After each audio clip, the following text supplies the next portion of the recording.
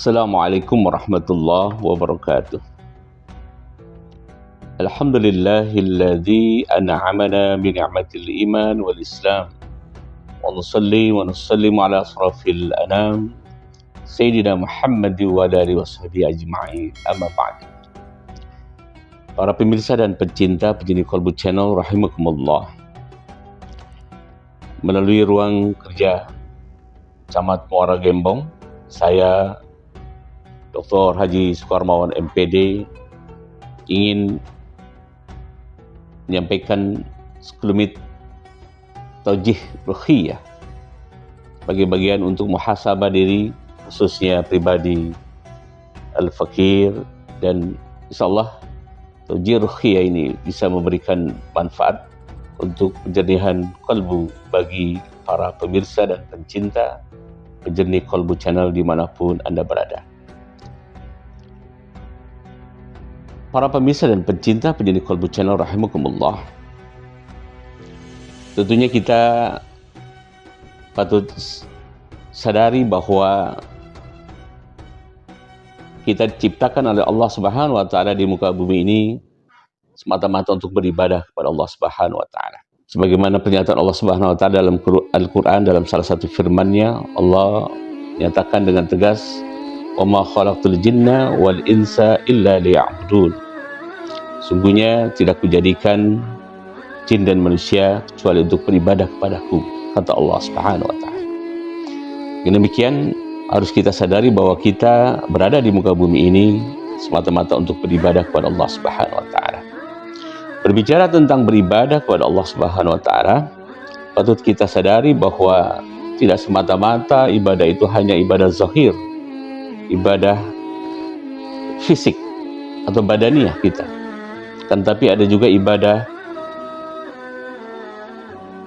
batiniah, ibadah qalbu.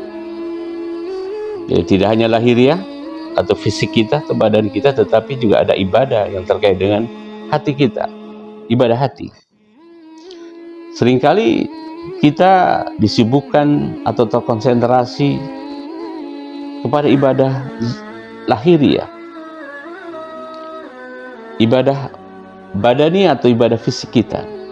Kita baguskan tampilan kita dalam beribadah kepada Allah Subhanahu wa taala, tapi kita menyampingkan atau mengabaikan kualitas ibadah hati kita.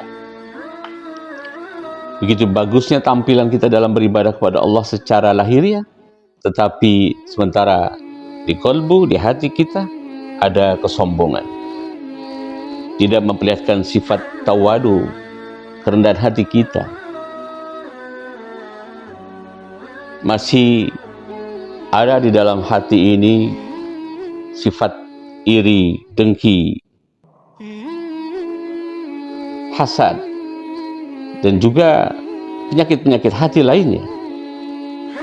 Oleh karena itulah pandangan para ulama bahwa di antara dua ibadah, ibadah lahiriah dan ibadah batiniah, ibadah hati, harus diutamakan lebih dahulu kualitas ibadah hati kita yang tentunya akan berimplikasi, berdampak secara positif terhadap kualitas ibadah lahiriah kita. Para pemirsa dan pencinta penjeni Kolbu Channel rahimakumullah, berbicara terkait ibadah hati yang berkaitan dengan kolbu kita,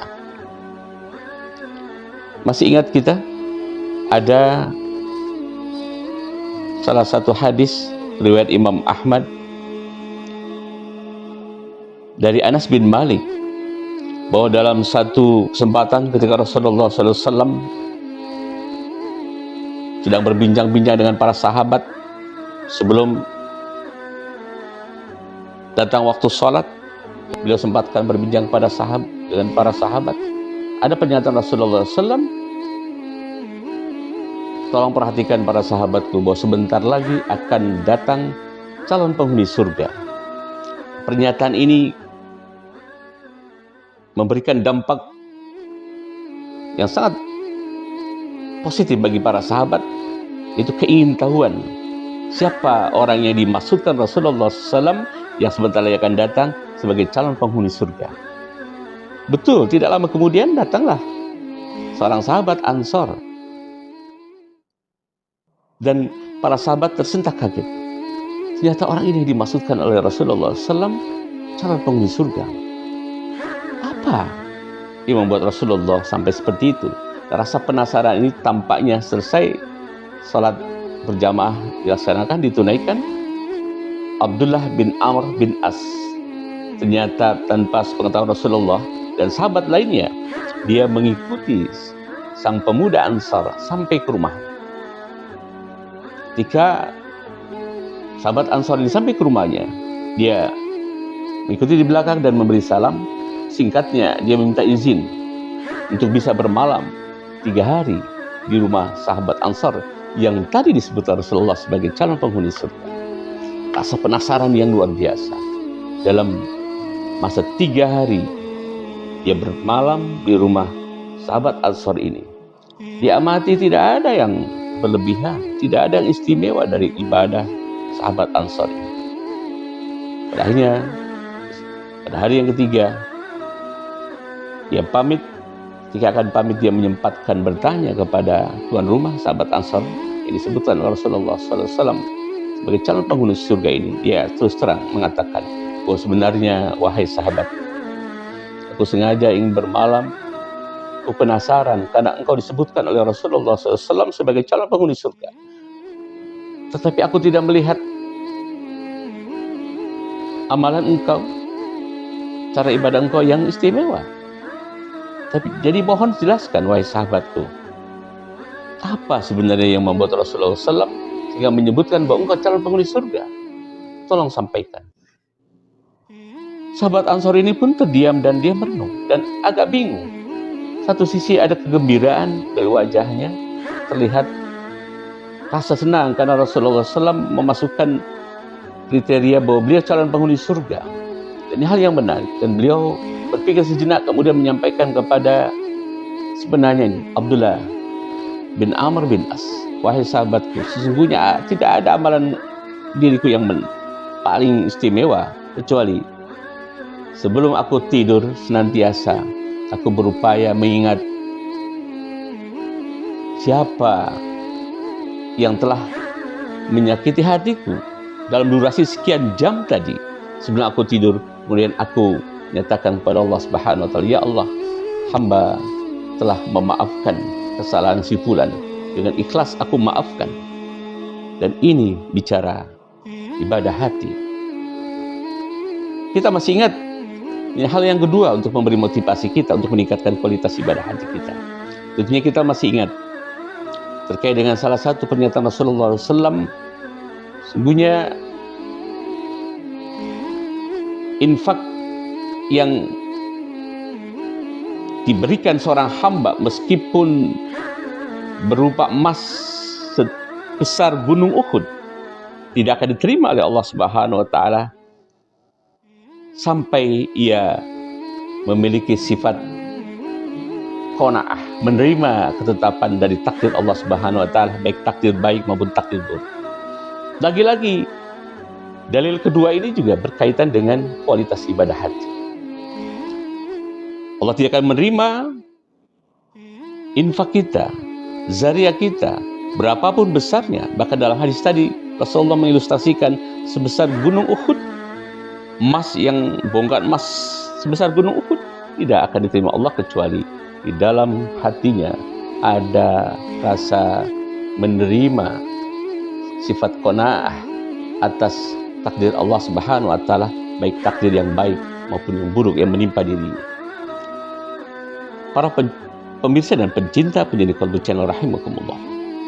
Lalu apa terkait dengan dalil yang ketiga, yang terakhir, untuk memotivasi diri kita masing-masing agar memperhatikan kualitas ibadah hati kita? Kita masih ingat dalam satu konteks hadis yang begitu panjang bahwa Rasulullah SAW nyatakan bahwa ada 3 kriteria manusia yang akan dimasukkan pertama kali ke dalam neraka Jahannam. Siapa dia? Kita masih ingat dalam rangkaian hadis yang cukup panjang ini, Rasulullah mengatakan bahwa yang pertama adalah orang yang ikut berperang menjadi mujahid, ya, menjadi pahlawan di medan juang. Dia berjihad, kemudian dia meninggal di medan jihad, medan perang tersebut. Dan itu ternyata masuk kategori orang yang pertama masuk neraka. Ini hal menarik. Kenapa? Ternyata Rasulullah mengatakan bahwa ketika dihisab, orang itu mengatakan bahwa ia berjihad, berperang karena ingin memperoleh ridha Allah Subhanahu wa taala. Akan tetapi Allah Maha tahu apa yang ada di dalam hati orang tersebut, bahwa dia berperang, dia berjihad, dia ingin tewas di medan peperangan, hanya ingin disebut pahlawan, hanya ingin disebut pejuang, agar disebut-sebut namanya, dipuji-puji, harum namanya, hanya ingin julukan dia seorang pahlawan.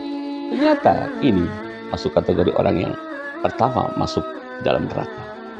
Kemudian yang kedua, pada rangkaian hadis tersebut Rasulullah mengatakan, kedua adalah orang yang diberikan karunia berupa harta benda yang begitu banyak, seorang agniya, kemudian dia berinfak, bersedekah, dia mengeluarkan harta miliknya kepada orang yang layak untuk menerimanya, dan ketika dihisab, ini kategori termasuk orang yang pertama kali akan dimasukkan ke dalam neraka. Pertanyaannya, mengapa demikian? Ternyata ketika dihisab, orang ini mengeluarkan harta yang telah Allah karuniakan kepadanya, seorang agniya yang mengeluarkan harta bendanya, yang menginfakkan. Ternyata tujuannya hanya ingin disebut bahwa dia seorang dermawan, bukan semata-mata lillahkan Allah Subhanahu wa taala, dan Allah Maha tahu. Lalu yang ketiga, para pemirsa dan pecinta jadi Qalbu Channel rahimakumullah, kita masih ingat dalam rangkaian hadis tersebut Rasulullah mengatakan bahwa orang yang ketiga yang juga akan masuk neraka yang pertama kali ini adalah orang yang menuntut ilmu, memperdalam ilmu keislaman, perdalam Al-Quran. Dia menjadi seorang ahli dalam membaca Al-Quran, melantunkan ayat-ayat Al-Quran. Nyata ini masuk kategori orang yang akan pertama masuk ke dalam neraka. Mengapa demikian? Nyata Rasulullah menjelaskan bahwa ketika dihisab, Allah Maha tahu orang ini memperdalam ilmu Al-Quran, memperbagus bacaan Al-Qurannya, hanya ingin dipuji manusia lain dan ingin disebut sebagai qari. Ketika dia berdalam ilmu pengetahuan, bukan untuk kemaslahatan dan ikhlas lillahi ta'ala memperdalam keilmuannya, dia hanya ingin dipuji sebagai seorang alim, seorang yang berilmu. Dan ternyata kriteria ini pun termasuk orang yang akan pertama kali masuk ke dalam neraka. Para pemirsa dan pencinta menjadi Qalbu Channel rahimakumullah, demikian Al-Fakir ingin menyimpulkan, semoga ini akan memberikan bahan muhasabah bagi Al-Fakir pribadi dan juga para pemirsa dan pencinta menjadi Qalbu Channel rahimakumullah, bahwa ternyata kualitas ibadah hati kita sangat berpengaruh pada kualitas zahir, dan akhirnya nanti adalah sangat menentukan apakah Allah Subhanahu wa taala akan menerima ibadah kita atau tidak. Dan ini sangat menentukan juga apakah kita kelak akan menjadi calon penghuni surga ataukah sebaliknya kita termasuk daftar penghuni neraka. Na'udzubillah, summa na'udzubillah. Oleh karena itu, Al-Fakir berpesan pada diri pribadi Al-Fakir dan juga para pemirsa dan pencinta penyanyi Qalbu Channel rahimakumullah dimanapun Anda berada. Mari kita tingkatkan kualitas ibadah hati kita. Kita bersihkan kalbu kita senantiasa menjadi qalbun salim. Waspada, hati-hati kalau ada indikasi qalbun marid, sakitnya kalbu kita, segera kita lakukan terapi, kita obati hati kita, dan hindari jangan sampai kalbu kita termasuk qalbun mayit, hati yang mati, yang tidak tergetar sedikit pun ketika ayat-ayat Allah dibacakan. Ini indikasi qalbun mayit, hati yang sudah mati. Karena itu pastikan setiap diri kita memiliki kualitas qalbun salim, kualitas hati yang bagus untuk mendukung ibadah hati, ia akan berkorelasi, memiliki korelasi yang signifikan, korelasi yang kuat untuk memastikan ibadah lahiriah kita, ibadah yang berkualitas, dan telah Allah ridho atas ibadah yang kita lakukan, dan insyaAllah kita termasuk calon penghuni surganya Allah Subhanahu wa Ta'ala. Amin ya Rabbal Alamin. Demikian yang dapat Al-Fakir sampaikan, insyaAllah bermanfaat. Wallahul muwaffiq ila aqwamit thoriq. Assalamualaikum warahmatullahi wabarakatuh.